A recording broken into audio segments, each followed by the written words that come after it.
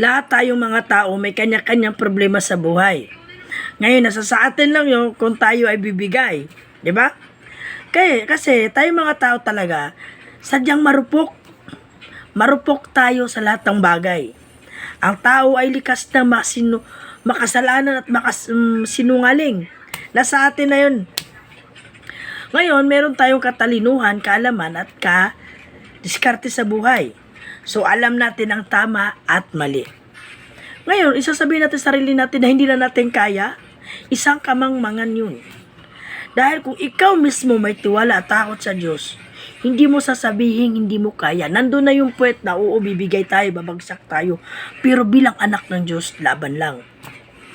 Ako man ay marumit makasalanan. Ako rin na sinasabi ko sarili ko, hindi ko na kaya. Pero laban lang tayo, kapatid. Lahat ng bagay may dahilan ng Diyos. Minsan may tanong sa sarili nyo, bakit ka nga ba nilagay sa sitwasyon na yan? Hindi ka ilalagay ng Diyos sa sitwasyon na yan kung hindi mo kaya. Ibig sabihin, kaya mo. May pinapagawa ang Diyos sa iyo sa lugar na yan. So doon ibabase sa iyo kung gaano katindi ang iyong pananampalataya. Sa kabila ng trials na dumating sa problema mo, trials na dumating sa buhay mo, yung mga trials na parang kakaiba na hindi mo, tingin mo hindi mo kaya. Kasi number 1 kasi gagamitin kasi diyang kalaban natin, una-una yung mga taong mahal natin eh. Yung tipong gagamitin sila ng demon para masabi natin sa sarili natin na wala tayong kwenta, wala tayong halaga. Pero no, kapatid. Yung mga taong dinadown tayo, huwag tayo magtampo sa kanila, huwag tayo magalit. Dapat nga matuwa or maawa tayo sa kanila. Kasi unang-una, hindi nila alam ang tama at mali. So, ang tingin nila sa atin, marumit makasalanan. Kasi tayo mga tao na nag-decide na mag-repent, tayo yung pinakamarumi at makasalanan. Totoo yun, guys. Yung sasabihin mo, makikita mo, kadalasan sa mga pastor, sa mga kadalasan na nag-worship, nagpupuro sa Diyos, isa silang makasalanan na nagbabalik loob lang sa Diyos para maligtas ang kanilang kaluluwa sapagkat nalaman nila ang katotohanan. Nalaman natin ang katotohanan, na alam natin tama at mali, so may communication tayo kay God. Ngayon, bila tayong aayaw, hindi na pwede yun.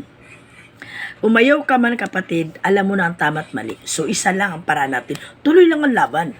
Hanggat may hininga tayo, tuloy lang ang laban. Hanggat ang kaluluwa natin ay hindi pa lumabas sa katawan natin, tuloy ang laban. Lagi nating tandaan, ang tunay na nakakaramdam ng hirap at sakit ay ang ating kaluluwa. So tayo ang magdadala nito. Kung anong itatanim natin dito sa lupang ito, yun ang aanihin natin. So nagtanim tayo ng kasamaan, impyerno tayo. Magtanim tayo ng kabutihan, mapasalangit tayo. So ayaw mong paniwalaan, choice mo yan. Tandaan mo, kapatid, ikaw at ako ay makasalanan at marumi. Kailangan natin magsisi. Huwag natin baliwalain ang mga reminding sa atin ng Diyos. Ako rin man ay marupok at makasalanan, kapatid. Sobrang rupok ko. Makasalanan at marumi ako. Minsan sabi ko sa sarili ko, I'm decided to follow Jesus. I'm decided to repent. Sinasabi ko yun. Lagi kong nire-remind sa utak ko yun. Pero minsan may time talaga na para nanghihina spiritually ako.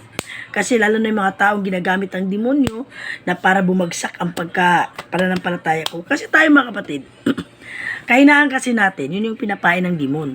Yung tipong mahal na mahal mo isang tao, mahal mo to, ito pain ko sa'yo. Pero lagi nating tandaan, kung talagang mahal natin sila, pilitin nating tiisin, sacrifice natin. Kahit masakit sa sarili sa atin, kailangan natin i-sacrifice. Dahil para rin sa kabutihan nila yun. Sa kabutihan ng taong mahal natin. Walang problema kung magtiis tayo.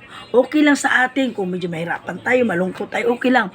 Iisipin natin, yung taong mahal mo, gagawin mo yun para sa kanya. Lalo na kung yung taong minahal mo, may sabit.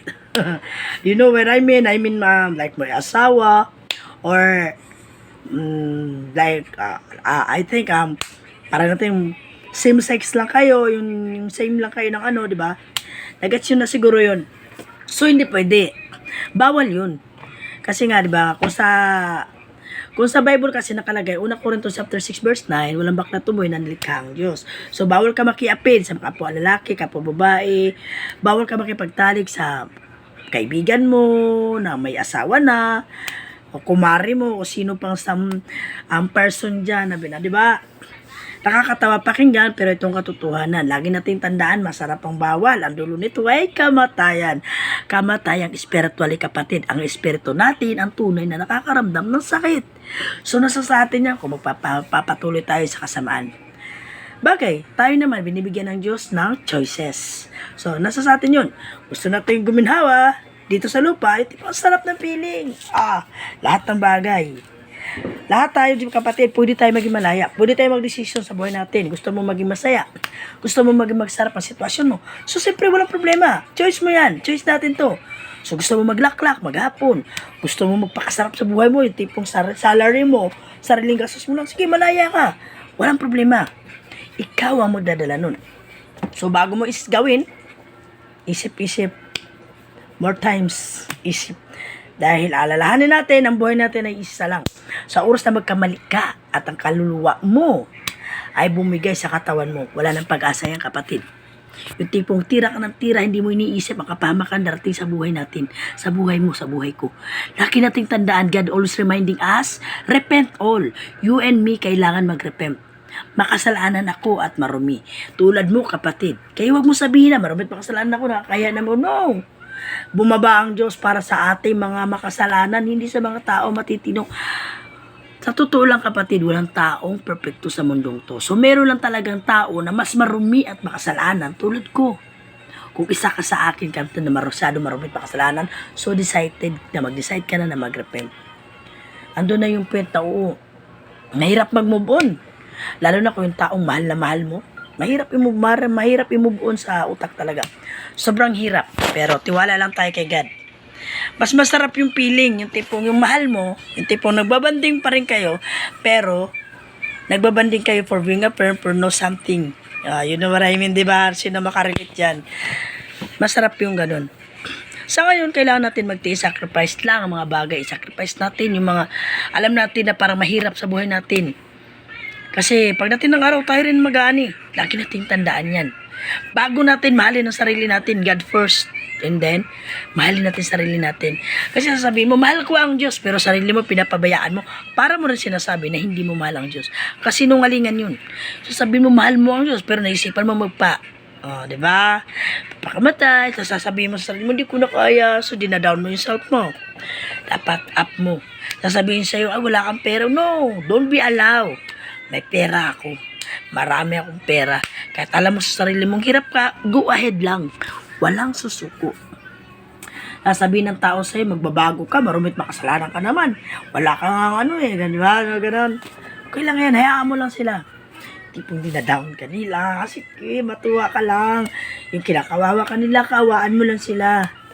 Kasi ikaw, alam mo ang tama at mali. Tandaan natin yan. Alam natin ang tama at mali. So, kailangan nating isacrifice ang mga bagay dito sa mundo. Yung tipong magpakasaya ka, magpakalaklak ka, magpakainom-inom kung saan. Kapatid, hindi yan ang tunay na kasayahan. Ang tunay na kasayahan ay nasa taas. Tandaan natin yan. Kung talagang mahal mo ang tao na sa paligid mo, focus to God and then pray. So may sometime naman talaga, merong time na talagang ang hirap kontrolin. Mahirap kontrolin kahit ako, hirap ako mag-control. Minsan iiyak na ng palihim kahit masakit, pero tiwala lang. Tiwala lang. Patalagi natin tandaan ang tunay na pagmamahal na kay God at ang taong mahal mo, ipupush mo kay God. So, laban lang tayo. Walang susuko. Hanggat may hininga tayo, laban lang. Hanggat ang kaluluwa natin ay nasa katawan natin, may pag-asa pa tayo mag-repent. Kaya lagi natin tandaan, God always reminding us, repent all.